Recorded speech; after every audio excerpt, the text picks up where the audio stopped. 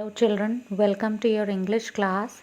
In today's English class, we are going to take up the first topic of writing skills, that is message writing. So in today's class, we will discuss what is a message, what are the important points that we need to remember while writing a message, what are the do's and don'ts of writing a message, and we will also take up two examples to understand how to go about writing a message. So children, let us first see what is a message. Well children, a message can be a verbal, written or recorded communication or information sent or left for someone who cannot be contacted directly. So a message is basically a means of communication. It can be verbal, it can be written, it can be recorded message.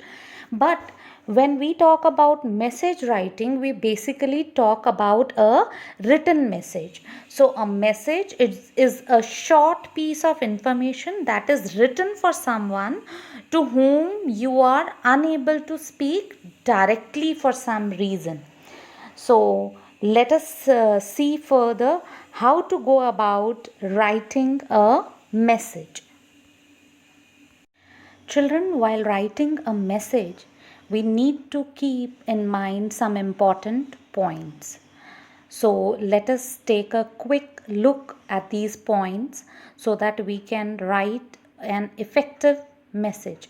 So a message is the method of conveying information in a precise and clear manner. What is precise? Precise means accurate and to the point. Okay, and children, how can we write a message effectively? Let us read the following points. First of all, we need to use appropriate language, style and format.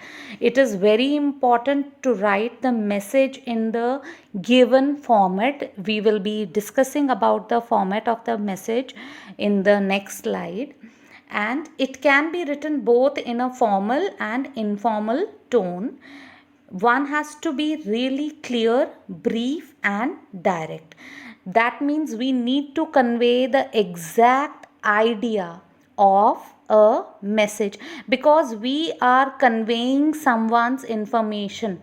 So we need to convey the exact idea or the exact words of that person. So there are some general instructions for writing message.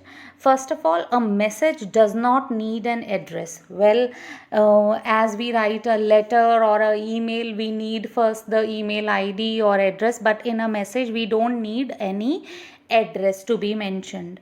Then second is the message must be put in a box. Children, this point is really very important. Please take note of this point, that a message is always enclosed in a box. It is very important to draw a box once you write the message, and always use a pencil to draw a box.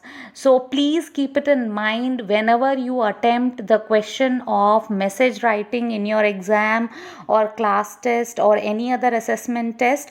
You must draw a box once you write the message. So this point is really very important to keep it in mind.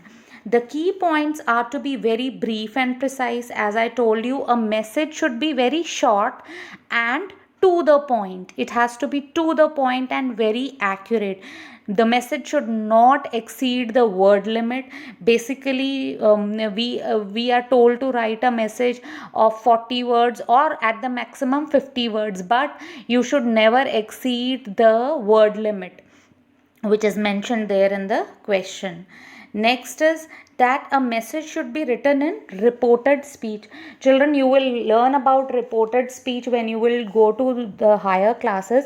For now, I just want to tell you that when we repeat the exact word of a speaker, we call it a direct speech. But when we report what someone has said in past in our own words, we call it reported speech or indirect speech. So in a message, what happens? We are trying to convey someone's message or someone's word that are said in past in our own words, and the third person is reading that message. So it is always written in reported speech or indirect speech. Okay. Next is that mention date, time of writing the message. This is very important, children. Whenever we write a message, we must always mention the exact date and time. And then is last is that name and signature of the sender should be put at the end of the message. This is also very important. Who has written the message? The writer's name always comes at the end. So these are a few very important points which are really important to always follow while you are writing a message. So children, let us first have a look at the format of a message. So as you can see that the first important thing is you can see a box. A message is always enclosed in a box, and we always write the heading message in capital letters, as you can see in this format. And on the left hand side, we first mention the date, then time, then salutation. Salutation means whom you are writing the message, like dear mom, dear father, or maybe simply your friend Priya. So we always write the name of the person to whom we are writing the message. Then comes the body or the content of the message, and lastly we write the name of the person who writes the message. So the writer's name comes at the end. So this is the format of a message, and one has to strictly follow this format of message. Children, as we have already discussed about the format of the message, but while writing a message, there are a few things which we really need to follow very strictly, and we have to be very particular about these things. First thing is that whenever we are writing a message, a box is a must. You can see in this also I have drawn the box. So you must always draw a box once you finish writing your message. Next, always write the heading message in capital letter. First point. This you have to keep it in mind. You have to always write word message in capital letter. After writing the message, you have to leave one line, as you can see in this format also. After writing message in capital letter, leave one line and mention the date. The date is always written in this format. If you will write date like this, or like this, or maybe by putting a slash like this, all these are wrong. You have to specifically write date as it is mentioned here. Okay, so please make it a note that you all write the date as mentioned or in the format as I have shown you here in this example. Then we are supposed to write the time when we are writing that the message. That time, what is the time? That particular time you have to mention. For example, this is just an example. We are writing 7 p.m. Okay, time is also to be mentioned in the same way, or you can write it in hours also. Okay, but we would suggest you to write time in am and pm form. Then you have to leave one line. A blank line is to be left soon after you write the time. Leave one line.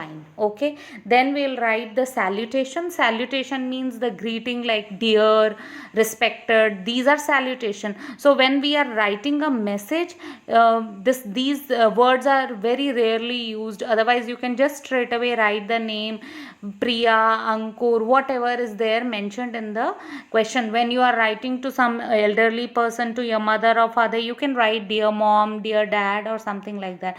This is not important. You can write dear also, and without this word dear also, you can mention only the name. So after the salutation, you have to leave one line. All right, so please remember that we are leaving line soon after writing the heading message. Then we are writing the date and the time on the left hand side. Soon after the time, we are leaving again one blank line. Then we are writing the salutation, and then soon after salutation also we are leaving one blank line.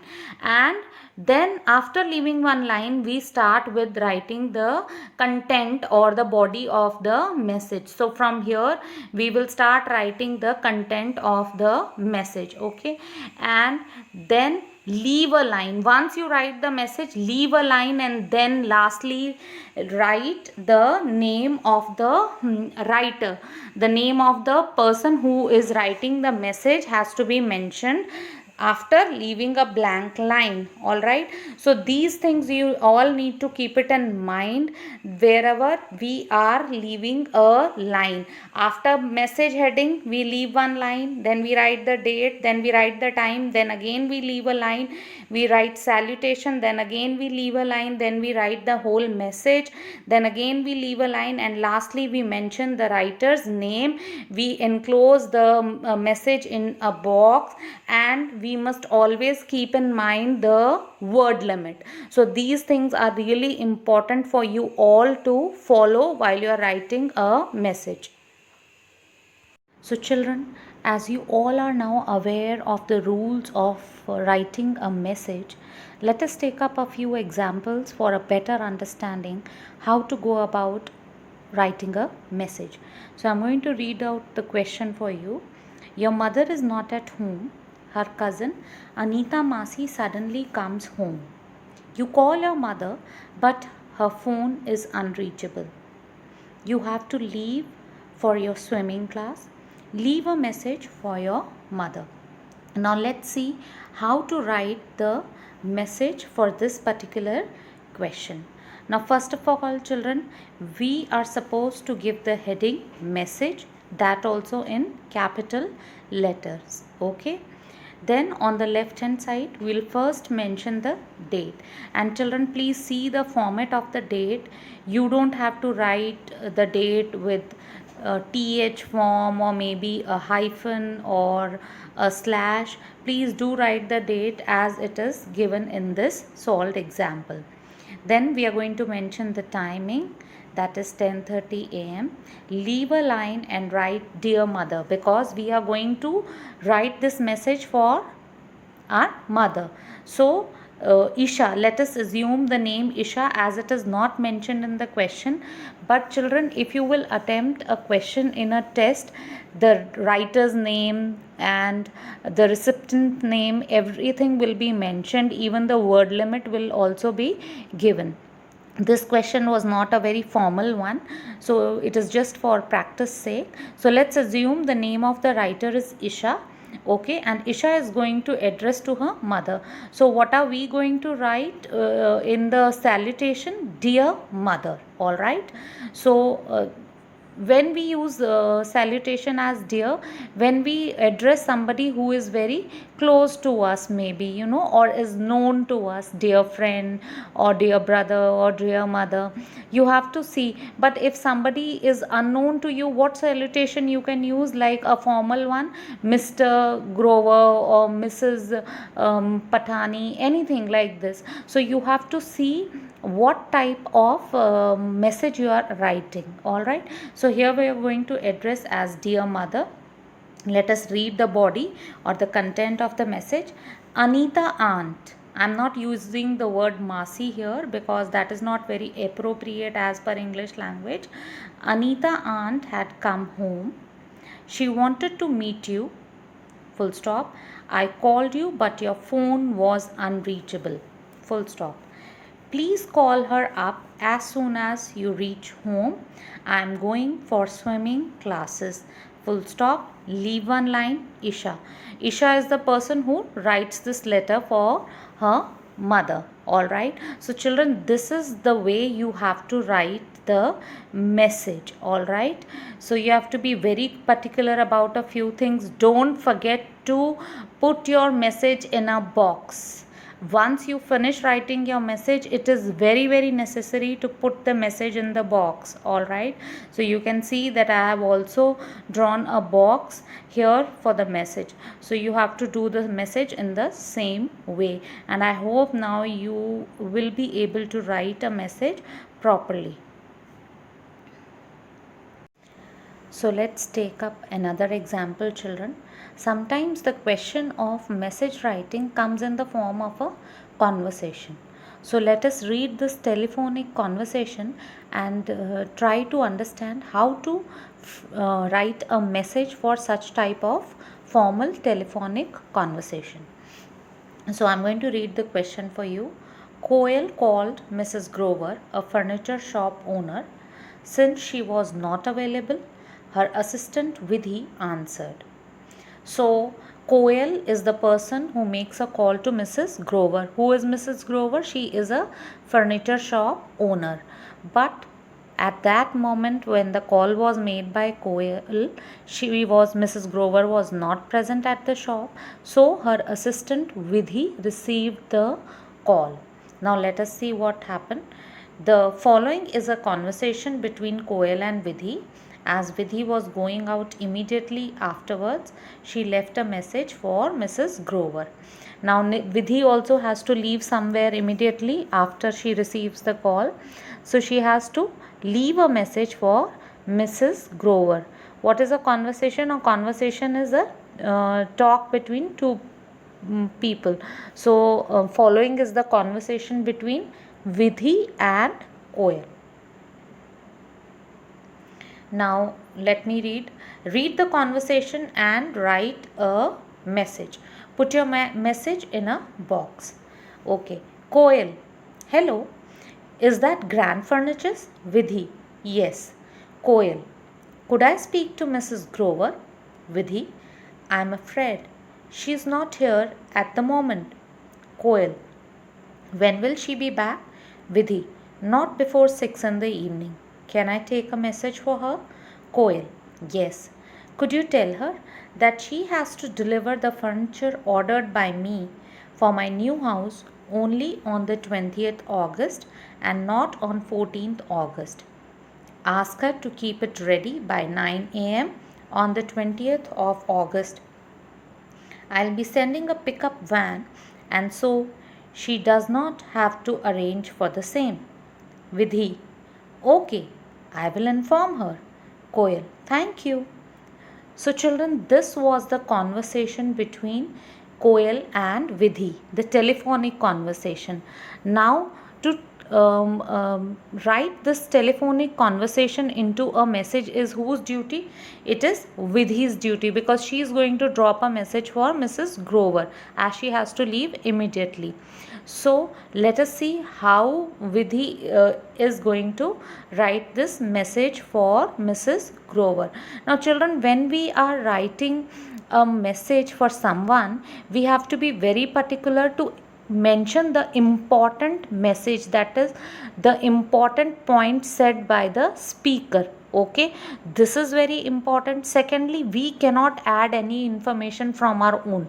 All right, only the information that was delivered by the speaker has to be forwarded or written in that particular message. And children, always remember, whenever we attempt a message writing question for exam or for test or for any assessment, we are always given the word limit, but in general we cannot exceed 50 words. Whenever we are answering a message or writing a message, we cannot exceed the word limit of 50 words. So we must try to write a brief or a short and accurate and precise message. So let us see the answer of this question.